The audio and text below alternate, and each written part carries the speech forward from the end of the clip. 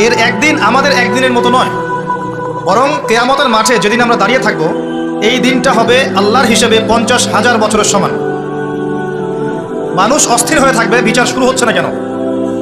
অপেক্ষা করা কাজটা খুব যন্ত্রণাদায়ক, তাই না? কারো জন্য অপেক্ষা করে আছেন, 1 ঘন্টা পর আসবে, এলো না, আপনি অস্থির হবেন।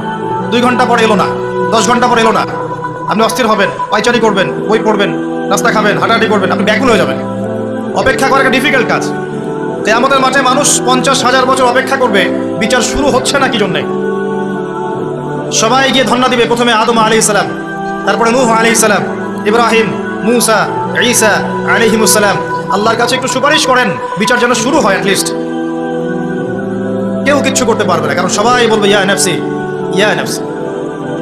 দূর থেকে একজনের আওয়াজ আসবে, যিনি ইয়া নাফসি বলছেন না, যিনি বলছেন ইয়া উম্মতি, ইয়া উম্মতি।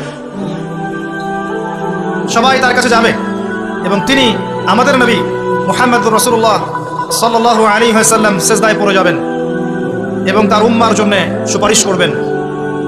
উম্মার কবিরা গুনাহগার ব্যক্তিদেরকে সুপারিশ করে তিনি জান্নাতে নিয়ে যাবেন ইনশাআল্লাহ।